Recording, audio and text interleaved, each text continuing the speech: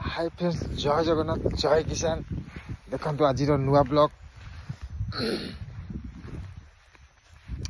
ये है आम दुनिया, ये है आम टोटाल दुनिया। दुनिया माने कौन? आमर ये हूँ आम बिल बिल हूँ आम जीवन। कौन बिना आमे भी करूँ बिल बाड़ी करुचु। आम बापा माँ करुले मो बा माँ भी करुले। आम बिलू आज मनीष होइचु। बिल को आम जीवन थब के भूली पारे बिल को कौन करिया। ये सब लगी बापा हिका जिते टाइम बापा हिका तो 2-3 वर्ष है डेथ हो गले।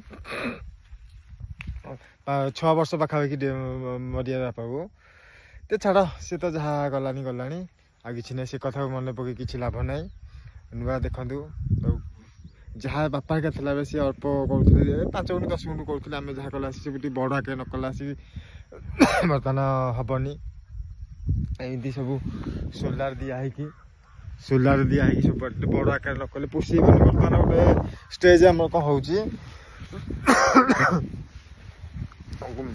गोटे मनीष 3 मास कमे हेले मिनिमम मैक्सीम मासक जब 20,000 ରୁ 25,000 न पड़े पोषेबनी। आम हेमती अदर जुआड़े गोटे कम को जाऊ कि ना आराम से आम दिन को 500 टका एवरेज कले मासक 15,000 टका जहाँ भी 3 मास कम से कम फसल 3 मास लगुच। 3 मास भितर जहाँ भी गोटे कर टका 25,000 20,000 एभव न पड़े पोषेबनी।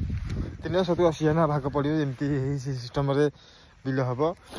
ये मक्का मक्कार जी बर्तमान टोटाल ये जगार 70,000 टका इनभेस्ट हो जाइए। इनभेस्ट हो मक्कार आइडिया था हो मक्का बस टे भल है ये टका 50-60,000 टका खंडे मक्का बिका हम। आउ खर्च बार्च सब जहाँ होती आउ कौन कह तो कथा। पाग भी बहुत ये वर्षाटा भी होगा जो आम धानटा कि क्षति है कि गोटे पानी मरिया था पानीटा मारी पारनी कि धान बहुत लोकसान हम। आमर कौन सब लोकर समस्ते बचिले भाई आम बचा किंतु आम स्वार्थ को देखिले आम हेनी है। देखु करेन्ट ये लगी आमर सोलार मेसीन लगी ये आम रोचे बाहर ये आसिक चाबी पड़ू चाबी पड़ी करेन्ट दिया होची। देख कौन बैटरी चार्ज होची ना नहीं के जानी देखिए। हाँ चार्ज होची देखी पाउछंदी। एठी बैटरी एठी होची मेसीन दी जगह अच्छी। ठीक अच्छे आज ब्लॉग पे ये नेक्स्ट ब्लॉग गोटे करी गोटे आपण मान भल ब्लॉग करी। जय जगन्नाथ, जय किसान। रखुची टाटा बाय बाय।